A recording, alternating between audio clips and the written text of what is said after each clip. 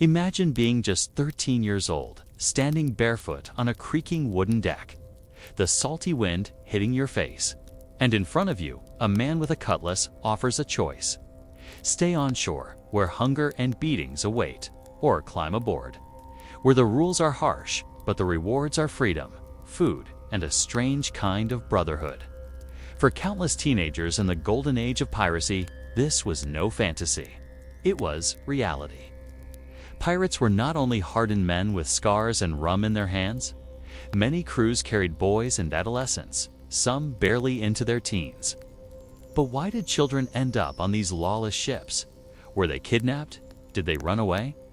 Or did they actually choose to join the most feared outlaws of the sea?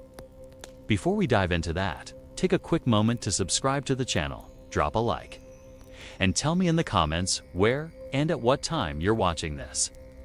It's always amazing to see the range of places and hours when people tune in. Now, let's get back to the waves. The truth is surprising. Pirate recruits were often teenagers, sometimes even younger. If you think pirates were only grizzled veterans, you're picturing the Hollywood version. Reality was far more complicated. In the 17th and 18th centuries, children had always been part of seafaring life. Merchant and Navy ships regularly carried cabin boys youths expected to scrub, climb rigging, and grow into sailors.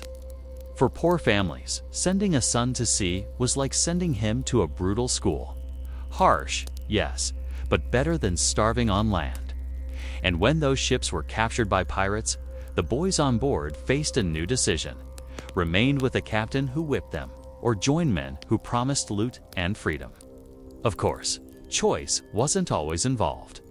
Pirates often kidnapped boys deliberately. Adolescents were perfect recruits. Young, strong, and moldable. They could work hard, fight fiercely, and didn't yet carry deep loyalties to king or country.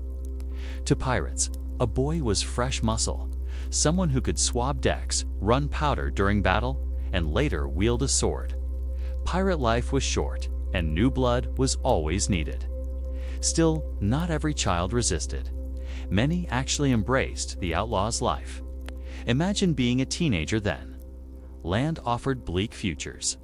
Work in fields from dawn to dusk, or labor in a workshop where accidents maimed and pay was pitiful. A Navy ship was even worse: rotten food, endless flogging, and no reward except exhaustion. Against that, piracy had appeal. Crews promised adventure, fairer treatment, and above all, freedom. Even a 15-year-old could get a vote on decisions and a share of treasure. For young people starved of dignity, that was intoxicating. History gives us chilling examples. John King, about 8 or 9, joined the crew of pirate Samuel Bellamy after Bellamy captured his mother's ship. Some say he begged to join, others that he was forced. But he sailed with them until Bellamy's ship sank off Cape Cod.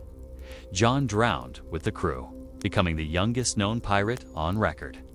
His story shows both the tragedy and the lure. A child swept into an adult world where childhood ended in an instant. So why keep children on board? Weren't they a liability? Not exactly. Pirate ships were ecosystems where every hand mattered. Boys served as cook's helpers, servants, or powder monkeys, carrying gunpowder to cannons in battle. Their size made them nimble in tight spaces.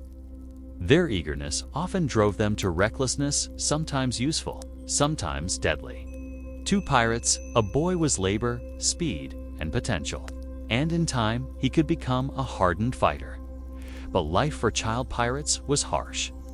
They lived in cramped, filthy quarters, faced disease, injury, and battle daily, and were exposed to alcohol, gambling, and violence before adolescence was even over.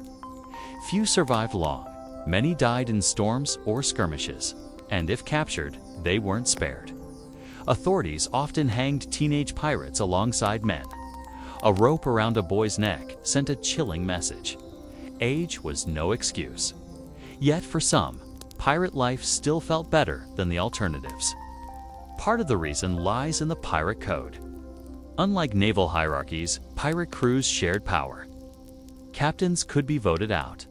loot was divided more equally. Even boys received more respect than on a Navy ship, for a teen used to cruelty. That sense of belonging must have felt like a new kind of family, lawless, violent, but strangely fair. There's also a psychological truth here. Teenagers crave risk and rebellion. Piracy was the ultimate rebellion. Joining meant rejecting obedience, rejecting poverty, rejecting the suffocating roles society forced on them. For boys beaten by masters or fathers, the pirate ship was escape. They weren't just victims anymore, they mattered. They had a voice, a purpose, even if it led to a gallows. Still, let's not romanticize too far. These boys were often the first to die. They were thrown into dangerous boarding fights or sent up rigging under gunfire. Their youth didn't shield them from brutality, it exposed them to it sooner. Childhood in that world was a fleeting illusion. At 13, you might already kill or be killed. And that's the haunting part.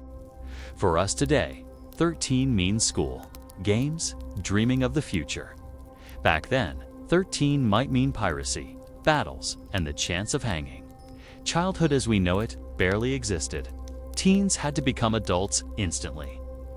Piracy wasn't just about treasure, it was about survival, and for some, the only path out of misery.